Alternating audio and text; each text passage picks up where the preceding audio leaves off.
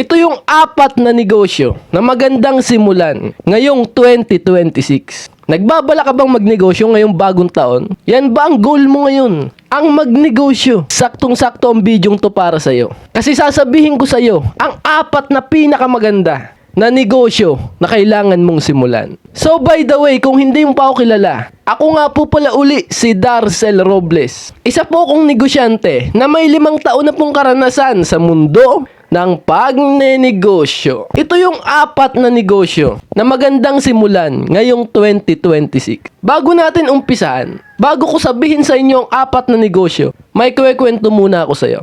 Ilang beses ko nang naikwento sa inyo na ilang beses na akong nalugian ng negosyo. At yung pakiramdam na malugi ka sa negosyo, gaano kasakit yun? Yun na nangyari sa akin dati. Way back 2020, nung ako'y nagsimula ng negosyo. Milk tea, yung negosyong yan, ginawa ko lahat para makasurvive yan. Pero nilaban ko pa rin ng mahabang panahon. Taon ko pa rin nilaban yan. Pero wala talaga. Nalugi talaga. Sobrang sakit sa puso na malugian ka ng isang negosyo. At tuwing malulugi ako ng negosyo, magsisimula na uli ako ng bago. Kasi ayoko magtrabaho sa iba. Ayoko magtrabaho. Ayoko mangamuhan. Kaya nagtatayo lagi ako ng bagong negosyo. At tuwing magtatayo ako ng bagong negosyo, ako'y nahihirapan kung ano muli ang uumpisahan kong negosyo. Kung ano yung negosyong uumpisahan ko. Kaya ang ginagawa ko, inaabangan ko yung araw na may pumasok sa isipan ko. Yung bigla-bigla na lang, minsan nakain ako, may papasok na idea. At yun ang isusulat ko sa notebook. At yun ang ininegosyo ko. Ganun ako tumira ng negosyo. Kaya nun, nagtayo ako ng sapatos. Nag-online shopping ako. Nagtinda ako ng sapatos sa online. Pero sobrang hirap talaga. Yung malugian ka tapos mag-isip ka ng negosyo. Yung feeling na yun, kahirap nun. Kaya yun nga ang ginagawa ko. Kapag magsisimula uli ako ng negosyo, inaantay ko yung idea. Darating siya. Laging ganun ang nangyayari sa akin. Dumarating siya. At yun, sinusulat ko sa notebook yun, yung idea yun. At yun ang sinisimulan ko. Ganun lang lagi ang tekniko para magsimula ng negosyo. Tapos hindi na ako naglalagay ng malaking puhunan. Nag-uumpisa ako sa maliit, sobrang maliit na puhunan. Kasi una kong inaalok ang mga kakilala ko. Pinapakitaan ko lang sila ng picture. Kasi magaling ako sa mga editing eh. Mag-edit ng mga picture, mahusay ako dyan. Kaya yung picture na yun, ang mga inaalok ko sa mga kamag-anak ko, sa mga kakilala ko. At kapag may bumili, kinukuha ko na agad ang bayad. Kasi ang pinaka-importante sa negosyo, yung maramdaman mo agad na may bumili sa'yo. Kahit wala ka pa ng produkto mo, picture lang ang ipakita mo. Ganun ang ginagawa ko. At doon, nagdo-domino effect na. Nagkakanegosyo ka na. At paganda na ng paganda yan. Kasi yan ang ginagamit kong technique. Aantayin ko yung idea. Tapos magbebenta muna ako sa mga kamag-anak ko. Tetestingin ko sa kanila yung idea na naisip ko. At yung picture muna ang ipapakita ko. Tapos kinukuha ko na agad ang bayad kapag gusto nilang bumili. At yan ang malaking pinagbago sa buhay ko. Nung ginagawa ko yan, kahit anong mangyari sa akin, sa negosyo ko, kahit malugi man yan, kaya ko uling magtayo ng negosyo. Kasi meron na ako nung kapangyarihan na yun na magsimula agad ng negosyo. Kahit wala kang puhunan, kahit maliit ang puhunan mo. At yan ang gusto kong ituro sa'yo. Kung ano yung pinakamagandang negosyo na kailangan mong simulan ngayong 2026. Ang pinakauna agad dyan ay ang pagbablog. Mag-vlog ka lang. Ang mga tao puro cellphone na lang yan. Mapapansin mo. Ultimo yung mga pinsan mong maliliit, batak na mag-cellphone. Yan ang ibig sabihin yan. Ang mundo natin ngayon, online na, cellphone na. Kaya kapag naging vlogger ka, nag-upload ka ng mga video. Kung ano man ang gusto mong gawing video. Nagtututbrush ka? Kumakanta ka sa CR? Pwedeng sumikat yung video mong yan. At kapag yung mga pagbablog mong yan, yung mga video mong yun sumikat, magkakaroon ka dyan ng mga tagahanga, tagapanood, taga-audience mo. Na yung audience mong yun, unti-unti ka nung makikilala. At hindi lang makikilala, lalapit ang loob nila sa'yo. Ngayon, kapag yung mga audience mo ngayon ay sobrang dami, sa pagbablog mo, maggawa ka ng isang produkto na ibebenta mo sa mga audience mo, sa mga manonood mong yun. Gumawa ka ng produkto para sa kanila. Isipin mo, hindi ba sila bibili? Bibili sila. Kasi nanonood sila sa'yo. Naaaliw sila sa'yo. Napapanood ka nila. Kilala ka nila. Lumapit ang loob nila sa'yo. Bibili yan sa'yo. Kaya sabi ko sa mga nakaraang kong video, ang pagbebenta is all about tiwala. Kapag ang tao lumapit ang loob sa'yo, nagkatiwala sa'yo, madali mo silang makapabili. Nagbablog ka eh. Isipin mo, magkaroon ka lang ng 500 manonood mo. Example natin. Lahat yun, yung 500 yun, bibili yun. Susuporta sila sa'yo. Eh magkano ang tubo mo isang produkto mong yun? Example natin 100. 100 times 500. 50 mil. 50,000 agad yun. Yan ang pinakamagandang negosyo sa panahon ngayon. Wala kang puhunan dyan. Cellphone lang, mag-vlog ka. Gawin mo yung mga ginagawa mo sa araw-araw. Ipakita mo lang, i-video mo lang, at i-upload mo sa mga social media mo. May manonood at manonood niyan. Huwag mo lang talagang sukuan. Trabahuhin mo ng mahabang panahon yan. Yung pagbablog. Kasi yan ang pinakamagandang negosyo ngayong 2026. Kaya ngayong narinig mo to, ang gawin mo. Buksan mo ang camera ng cellphone mo. Kung ano man ang ginagawa mo ngayon, videohan mo, i-upload mo sa social media ng negosyo mo. Ayos! Okay, next dadako na tayo sa pangalawa nating paraan. Kung ano yung pinakamagandang negosyo ngayong 2026 ay ang yung produktong kayang ipa-LBC, ipa-shipping, ipa-delivery. Kailangan mong gumawa, maka-imbento ng isang produkto na kahit taga ibang lugar, malalayo, taga Tawi-Tawi, taga Davao, kailangan kayang ipa-deliver yung produkto mong yan. For example natin, yung mga chicken pastil. Di ba maraming yumaman dyan sa chicken pastil na yan? Kasi yun napapadeliver nila yun. Napapadeliver nila sa malalayong lugar. Kaya ang customer nila buong Pilipinas. Kahit taga ibang bansa napapadeliver nila. International. Kasi kapag nagbenta ka, nagsimula ka ng negosyo, at ang tinarget mo lang yung mga taga-inyo. Yung mga taga-inyo, ang liit ng market mo. Isang barangay lang yan Diyan ka lang nagbebenta. Umaasa ka na baka dayuhin ka nila. Kapag masarap, dadayuhin ka. Mali yun Mali yun. Kailangan ikaw ang humanap ng customer mo. Ikaw ang magtrabaho para magkabenta. Ngayon, ang gagawin mo, targetin mo ang buong Pilipinas. Gumawa ka ng isang produkto lang. Isang produkto lang. For example natin, longganisa.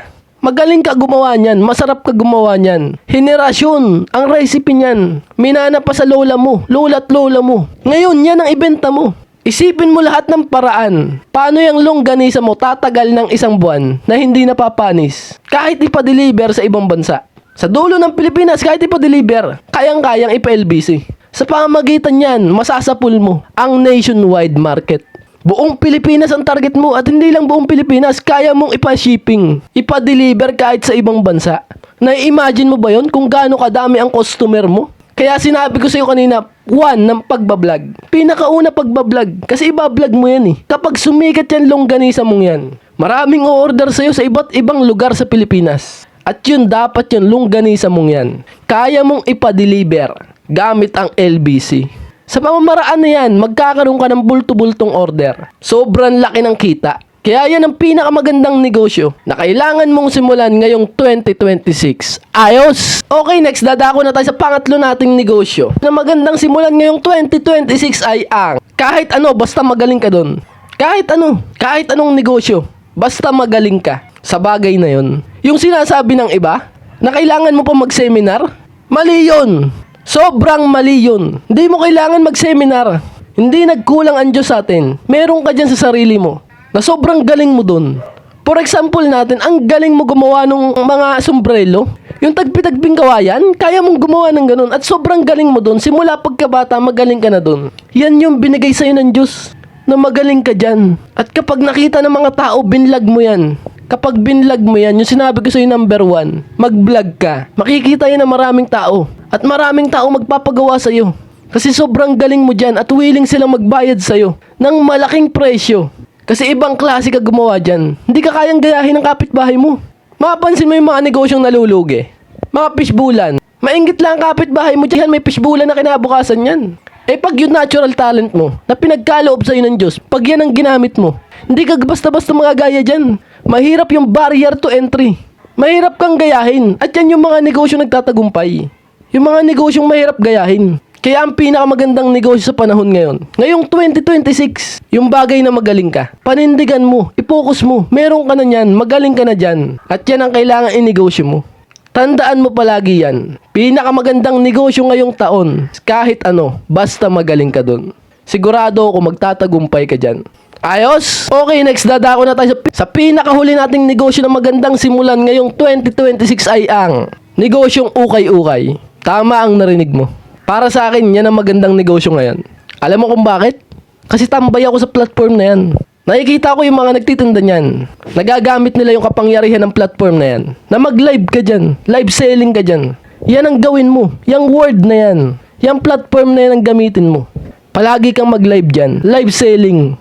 Actual mong binebentahan ang mga tao, ang customer. At yung platform na yan, kahit saan sa Pilipinas, pwede kang mapanood. Actual ang oras nyo. At mahiwaga yun.